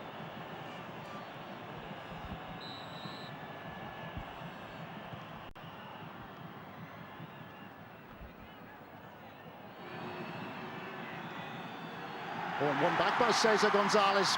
Did really well there, Cesar Gonzalez, and it's Torrealba who's following up. It was unfortunate there, Torrealba. Great strike. First touch was decent, nice bobble on the ball there. It's unfortunate as well. Good pace on the strike. That's on target. The goalkeeper's nowhere near it. Just dwelling on the ball too long there at the back. I don't think the goalkeeper would have got anywhere near that one, Tone. Hit with real pace. Full marks to Cesar Gonzalez as well for his commitment to win the ball back for Venezuela then. He's lifted the crowd again. Could prove to be an uncomfortable few moments again for Fabian Carini. Crowd in need of a lift. Carini was going to get nowhere near that. That was on target.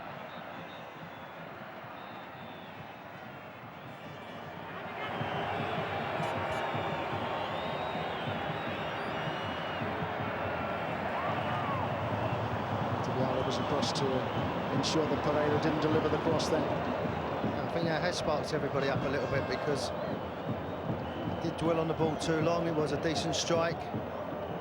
Now just moments later, Uruguay that's got a set piece. With this player, they have got quality. Copa across to take the corner kick. Forlan ready to make his move, and it's deceived everyone.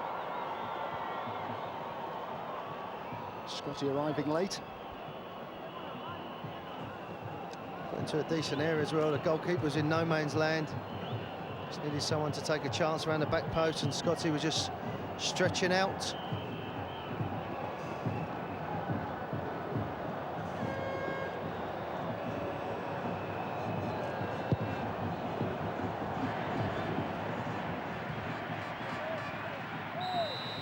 Copa, who's just on as a substitute, didn't feature in 2004 in Peru. There was no Javier Cheventon either. Cheventon, who's had a troubled time with Sevilla in Spain. Both those were missing 3 years ago when Uruguay reached the semi-finals before they were beaten in a penalty shootout by Brazil. Uruguay then were embroiled in a big row about bonuses, and the federation said they would only pay those bonuses if the team got through to the semi-finals. Finished in third place in their opening group and then had the incentive to progress as far as the last four. It's amazing what money can do to players. It wasn't a huge bonus, equivalent of about £2,000 each, I think. But Tony, it's a lot to some people. There is in a country where at the time the average wage in the Uruguayan league was about £30 a man. Copa makes more than that in Italy, I'm sure. Here's Arango, been rather quiet in the second half. Dispossessed by Pablo Garcia. Dispossessed unfairly, says the referee. He does get his team a free kick. Too much contact here, but he goes down. Little look at the referee. I think the wink says it all. Again, it's a long way out.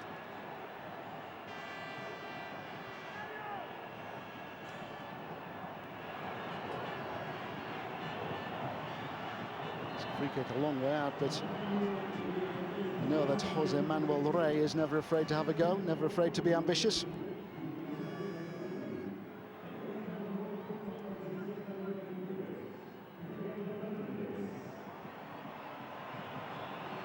Venezuela making a further change. The impressive Miguel or Miki Mir Vitali is going off.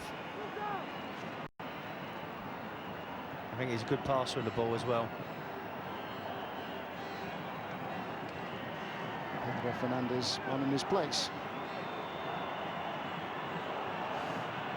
Third change that Venezuela have made. They've made it just before this free kick.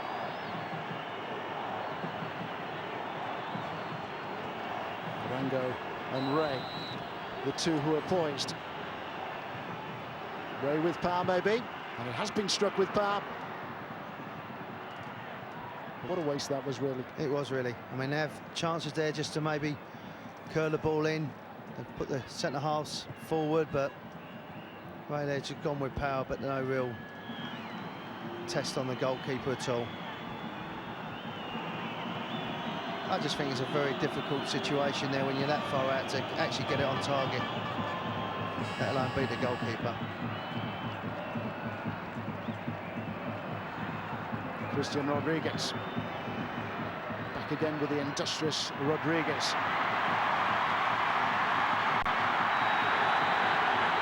And there will be a yellow card.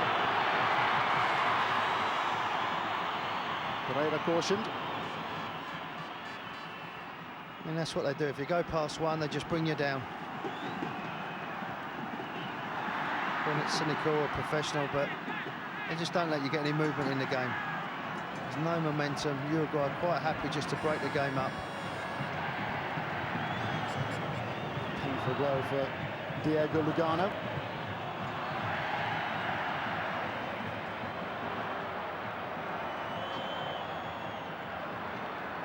Fusile. Here's Veira.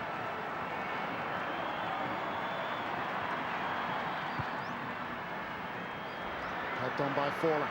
Looking for Recoba. He's not moving too comfortably. No, Diego Fernandez, they're not, both of them are. Looks like he's struggling maybe with the knock that he had the day before. He's not had a lot of the ball. If we're being totally honest as well, he's not needed to.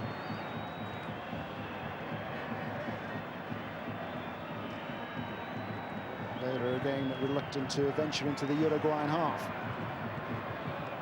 Venezuela surrendering possession, the ball given away by Cesar Gonzalez. It's fair to assume that that role will be filled by the coach's son, Ricardo Paez, for the quarter-final. He will be available again after suspension.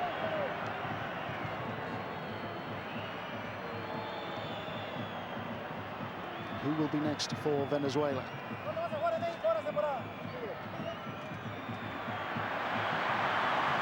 Cesar Gonzalez. Eder Perez to his left. Torrealba in the middle, and they're looking for him. But again, it had to be inch perfect. One attacker, three, possibly four defenders in the way. The defender keeps his eye on the ball, just clears the lines. The striker who plays for Sundowns in South Africa is not the biggest target inside the Uruguayan penalty area. The Uruguayan turner making a change, and Diego Forlan is going off. We mentioned that he did pick up that ankle injury in training yesterday, which was a major concern. Sebastian Abreu has come on in his place. Straight swap this. Yeah, Diego Forlan looked like he was struggling for most of the game. Didn't get any real urgency in his play.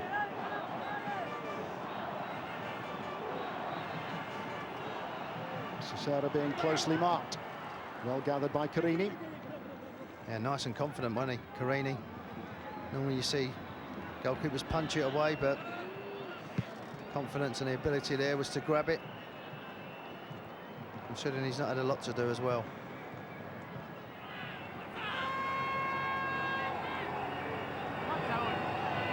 Copa now with Abreu as his partner in attack for Uruguay. Abreu, who's now playing in Mexico. He's had 15 clubs in 12 years apparently, but he has scored more than 100 goals. He's still searching for the first goal this evening in this fixture in Group A.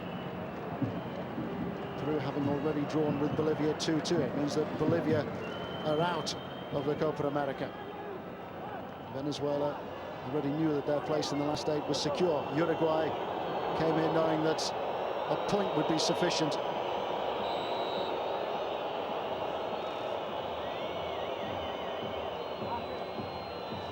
Abreu here is the obvious target, and it's been fumbled by Vega. Goalkeeper whose handling has been impressive this evening. He suddenly had an anxious moment or two. Yeah, he just got put off by the physical presence more than anything, but second attempt, he got hold of the ball. I think it was Scotty was just in his way there. I think he needs a bit of treatment now as well.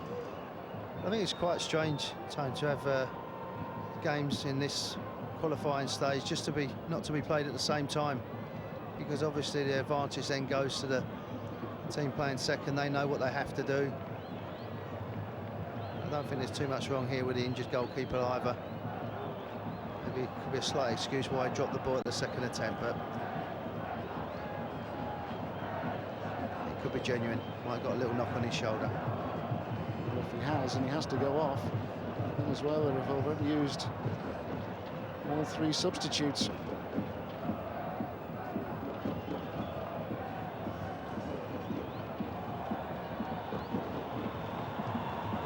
There he is. It's just a second attempt, just a little bit concentration. Then he gets caught up with the attacker, and he just gets it on the second attempt.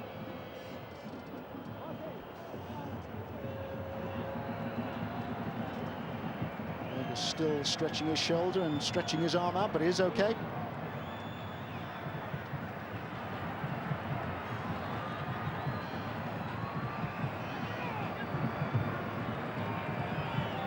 Christian Rodriguez,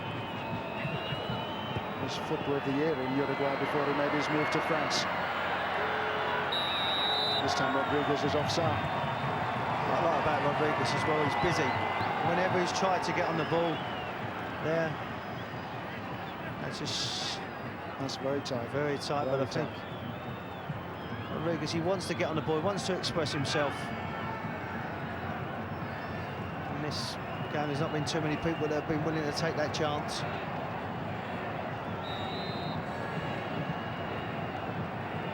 Rodriguez, who plays in France, goes by the nickname The Onion because he has the ability to make his opponents cry, apparently. He's done well in this tournament, though, on the bench for the opening game, but he's almost forced on, really, because the coach was so determined to try and change things. So poor was Uruguay's performance against Peru, and he did well in their second fixture against Bolivia. Again, it was a rather nervous performance by Uruguay. I suppose the key is improve as the tournament goes on. Coach has made that point that when he led them to the final back in 1989, they lost their opening fixture. Make your mistakes early on, then you've got time to recover. And that's a slip which has presented Uruguay with a chance possibly to go in front. And it's Abreu who's arriving. And somehow Venezuela have been able to get the ball away. Lapse of concentration. Great tackle as well at the end there. Hold a midfield player, comes back. Good concentration. Before he could get set to have a shot, the tackle was there. That shows you good desire as well. The last moments of the game, the willingness to get back and put a block out there. Here's Vera back to ensure that Venezuela didn't suffer any embarrassment then. If anything now, it's Uruguay that are pushing forwards, trying to break this deadlock.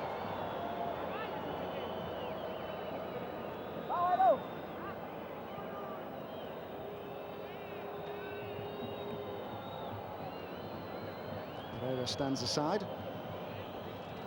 Cobra in no hurry to come across to take this corner kick. As we mentioned, 0-0 will suit both these teams. Venezuela top of the group. Uruguay will avoid either Paraguay or Argentina. Fernandez and Christian Rodriguez told to cut it out.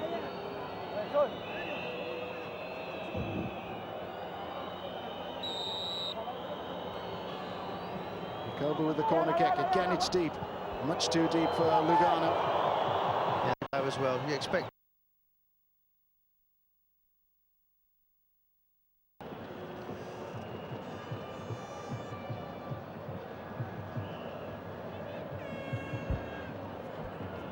Coba featuring in the Copa for the first time in 10 years. He was in the Uruguayan squad which made the World Cup in 2002. He scored against Senegal.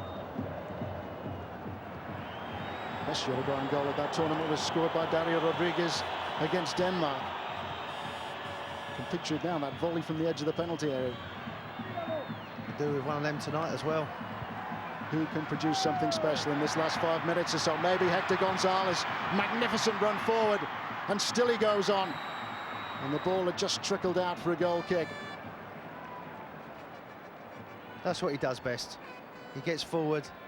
Hector's got a great athlete. And I think in the back of his mind, he's just thought, well, let's just sit back today and just save our energy, get through. And I think deep down he'll be delighted. I think he's topped the group, got the nation motivated. Can't really ask for much more. Richard Paez, the Venezuelan coach, has got a long association with the National Federation. He took charge of the under-20 and under-23 squads before he was given the senior coaching position back in 2001. And back by Abreu. Christian Rodriguez. Another terrific run by Rodriguez, and that's a decent cross too. Well cleared by Cicera. Good header as well by Cicera as well. So he didn't know about the attacker behind him. Good at it.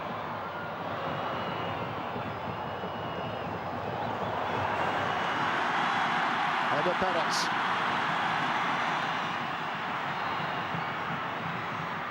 Was a firm push there by Dario Rodriguez, who is suggesting certainly that Guerrero made a bit too much of that.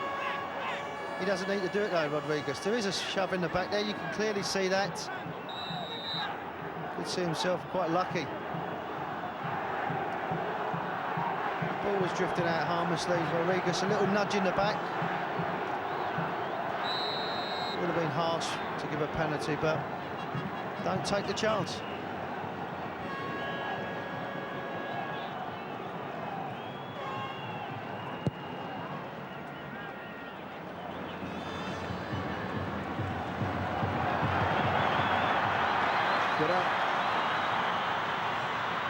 The youngster trying to make an impact, having come on as a substitute here in the second half of Venezuela.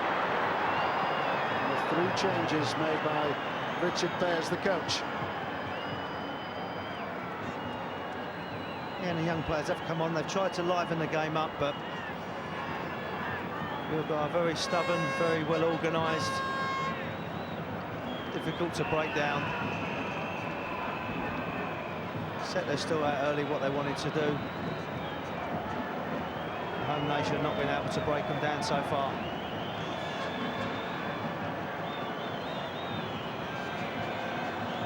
Uruguay have got a decent record since reappointing El Maestro, Oscar Tabarez, as their coach. Played 14 games since he took over for a second time. They've won 10 of them. One of their defeats was against Venezuela back in September of last year. That was their first defeat since he took over.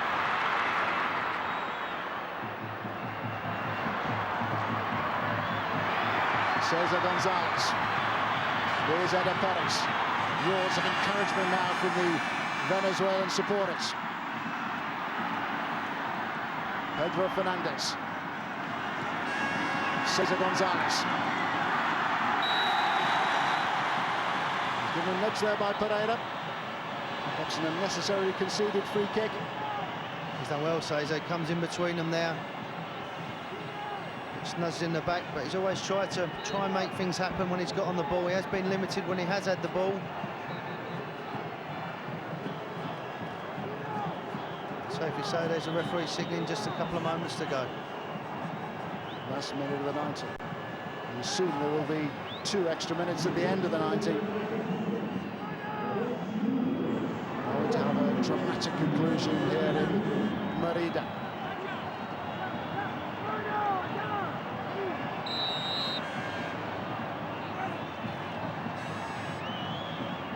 Whipped in by Cesar Gonzalez!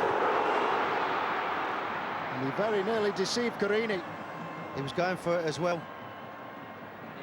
Just maybe half a metre lower and it would have just drifted into that far corner. Good whip on the ball. Good pace on the ball as well. He's definitely going for that far corner.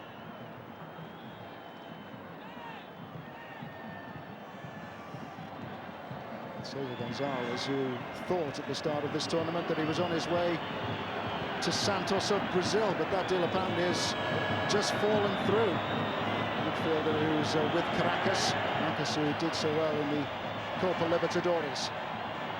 Win over River Plate of Argentina. Argentina, very much one of the big guns, as always, in that competition, going out, eliminated early on. Recoba. Well taken by Vega.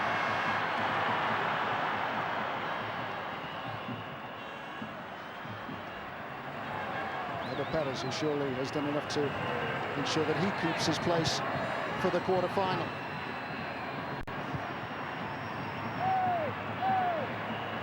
Perez, who only got his chance because of a tactical switch by Richard Perez in the previous game against Peru.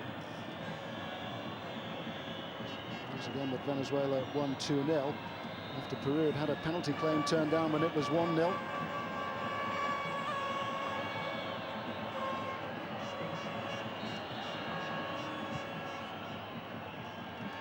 This is one of them occasions that both fans will be happy, players, coaching staff can now progress. Look forward to the next round.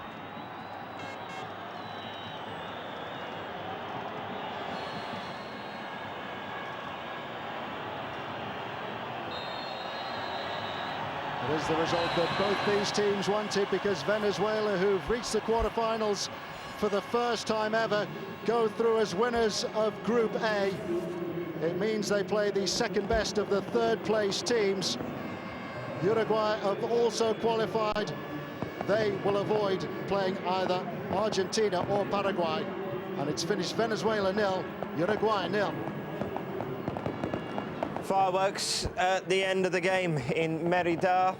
The hosts finish top of the table. Venezuela and Uruguay, though, both going through. In fact, they knew before kickoff that that scoreline would be enough. This is the way Group A finishes then. Bolivia, the first team to fall by the wayside in the 42nd Copa America. It means Venezuela will play on Saturday, and they could end up playing against Uruguay.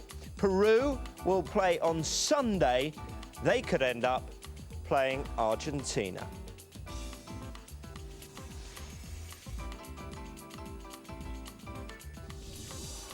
This Wednesday night, live football from Copa America still to come. It's Mexico against Chile, Brazil against Ecuador as Group B reaches its climax. Trevor Francis and Paul Merson still here with me in the studio. When we come back, we'll be looking back at Group A, how it was won, and who will play who. That's still to come.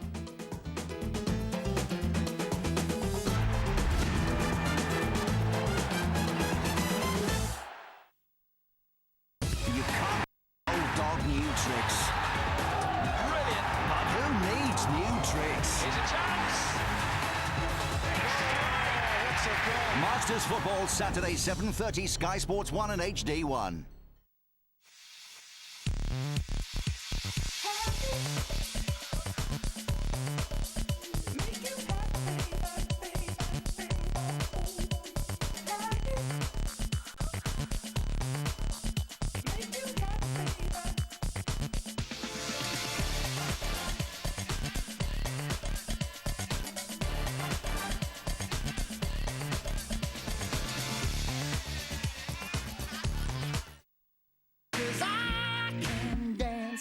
Genesis are back with Turn It On Again, the hits, the Tour Edition, the Essential Genesis Collection. Now available on 2 CDs to celebrate their UK live dates. Jesus, he knows me, and he knows I'm right. Genesis, Turn It On Again, the hits, the Tour Edition. Out now. The FBI estimates that there are less than 50 serial killers active in the United States today. Sometimes I wonder what it's like for the others. My name's Dexter. I'm a serial killer. Nice to meet you. You better be a cop. No, forensics. I find the killers the cops can't catch. Mary, full of grace, the Lord. Stop! That never helped anybody. Which is why if I'm looking for you, you better hope they get to you first. Dexter, the Killer new series, only on FX.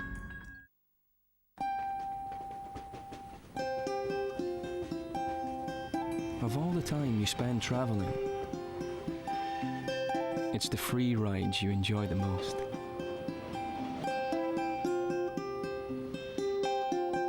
That's BMI time.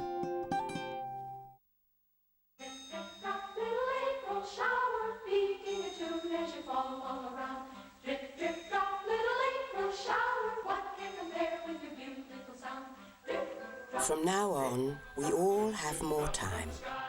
Because with Vodafone, the internet is now truly mobile. So you can make use of every minute of every day. Vodafone. Make the most of now.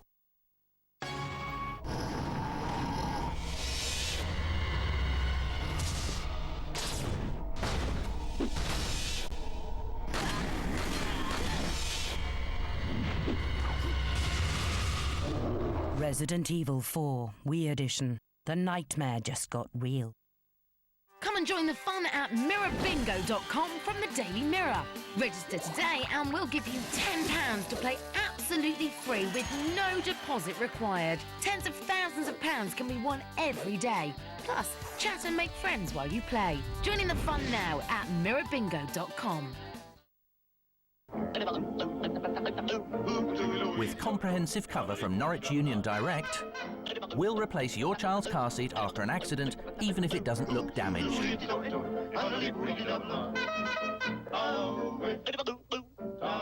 And we'll give you an extra discount if you and your partner insure with us.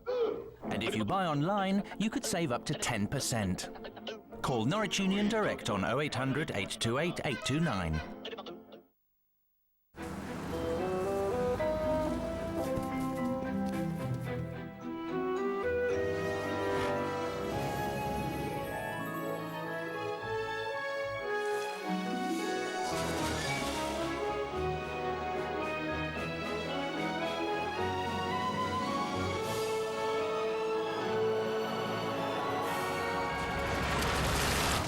Never mind. 15 billion berries make it. The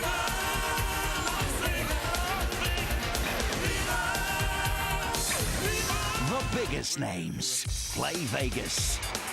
The Las Vegas Classic starts tomorrow, 7 p.m. Sky Sports 1. Everything you see is interest-free? Not when you got a few bob on 1-0, love. Go! Skybet. It matters more when there's money on it.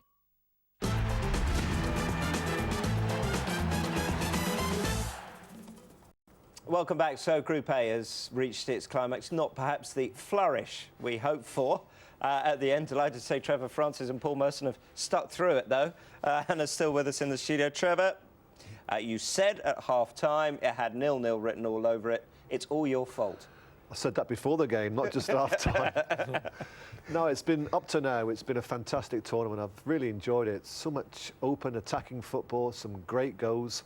What's impressed me most is the execution of free kicks from the edge of the box. We've seen 3 or 4 brilliant goals from the edge of the box, over the top of the wall. But tonight, you had 2 teams who were looking not to lose the game. And that's been totally different from the rest of the tournament. We've seen teams, an attacking attitude, looking to win the game.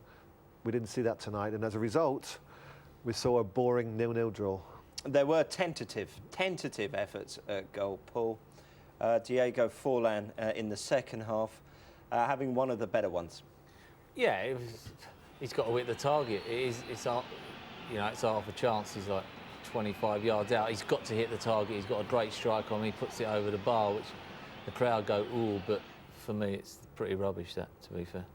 At the other end, Torrealba shot over. Uruguay guilty, perhaps, of going to sleep and not clearing their lines. Yeah, they could have got caught here. Well, he did get caught, didn't he, in possession. He thought he had more time than he actually did, and the ball is taken off him, played square. And it's a similar shot, really, to Forlan's at the other end. The ball is always rising. It was perhaps a game where, if there was going to be a goal, it would come from a mistake, and Uruguay almost got in there again towards the end. Yeah, he did. It was sloppy play. I think it's Riquelme. Is it Riquelme? No, Ricobo. I thought he was going to go for goal here, and he tries to pull it back. I think he was just trying to pull it back to make sure it stayed 0-0, to be fair. But the central midfield player for Venezuela, you know, the one who was doing the protecting, he got back there, Vera, wasn't it, to produce that sliding tackle. It was a great piece of defensive covering play. It's what happens in a tournament. It's fair that Uruguay go through, having scored less goals than Bolivia, and actually been less adventurous in their play. well, they've got 4 points and they've scored just the 1 goal. But I think we're, just picking on one team here. I think if you look at the overall tournament in general, I think it's just been a wonderful advert for attacking football. And we've seen plenty of goals, so we shouldn't just isolate the one team tonight. Uruguay, they set their stall out. They just played with Sanchez up, and they were very compact. They weren't going to lose. They've changed the system 2 or 3 times in the space of 1 week. And I think after that performance tonight, he'll stick with that, Tabarez, because that was a much more solid performance, and they looked to be, a team that were playing for one another. The only thing you could say about Uruguay was that it's an attacking team, 0. But in terms of their commitment and their work rate, the coach will be absolutely thrilled with that. I guess you can't have it both ways, Paul, can you? I mean, sometimes there's been raised eyebrows at naive defending, but when teams do defend and are compact and are organised, that's what you expect in international football. No, definitely, yeah, you do. I thought there'd be a lot more of that. The thing is that they've had a great idea where they bring 3rd place through and it keeps the groups going. The one bad idea they've had, all 4 teams got to play at the same time. Last game of the group, you have to play at the same time. Otherwise, that's what you get, a 0-0. And it could have been bent. They just played it out. You see it years ago in the World Cup. I think it was Germany against Austria or someone like that many years ago, and they just played out a 0-0. And that was just played out a 0-0. And it's not good for the tournament. Well, they knew what they had to do because earlier on, Peru had played Bolivia, and Bolivia, who knew that they needed to win, came out and got underway, didn't they? Well, this was a great game, and we saw some brilliant goals. This was the first for Moreno, and that's a great lob. He knew exactly where the keeper was, off his line, and he scored very, very well. Yeah, a great header by Sarr. Bad defending, but a great finish and very strong in the air, as we see again later on in the game. And then just before half-time, Bolivia back in the lead, 19-year-old with a cool head on his shoulders. It's a wonderful strike, isn't it? He does well to keep it down. Strikes with his left foot inside the crossbar. That's Jefferson Farfan going off to hospital. Hopefully that won't be too serious. And another Pizarro, great header. Goalkeeper, no chance. Very good in the air. And he's got 2 great goals and took his team through to the quarter-finals. Well, this is what it means to the table. Group A finishes like this, with the host Venezuela, who'd only ever won 1 Copa America game going into this tournament. They've topped their table from Peru and then Uruguay. Now, what Paul was mentioning earlier about teams going into the second game knowing what they needed or what they had to do. If we have a look at the way the tournament now pans out, this is what we're talking about here, isn't it, Trevor? That Uruguay actually would rather have finished 3rd place than 2nd in the group. So does that mean that we could possibly see Venezuela and Uruguay again? We could, and it would be this Saturday, the first game this Saturday night. That's one for you to look forward to. But there we go, that's the way it is. Venezuela could play Uruguay on Saturday. What we do know is that Peru will play the Group C winners, who look like Argentina. Plenty of live sports to come up for you. This Wednesday, Edgbaston, England against the West Indies in the second one-day international. That's 10:30, Sky Sports 1 and HD1. Live darts comes from the Las Vegas Classic, 7 p.m, Sky Sports 1, and horse racing from Chepstow and Leopardstown. That's Sky Sports 2 from 7 o'clock. My thanks to Trevor Francis and Paul Merson for joining me here in the studio. It's been a pleasure to have your company. So, Venezuela, Uruguay and Peru go through. It's up to Mexico and the likes of Brazil this Wednesday night to see who go through from Group B. From all of us here, till then, goodbye. Atrás quedan temores, toda la soledad. Un nuevo sol inunda entera la ciudad. La conocí cantando, con su canción me encantó, una emoción increíble.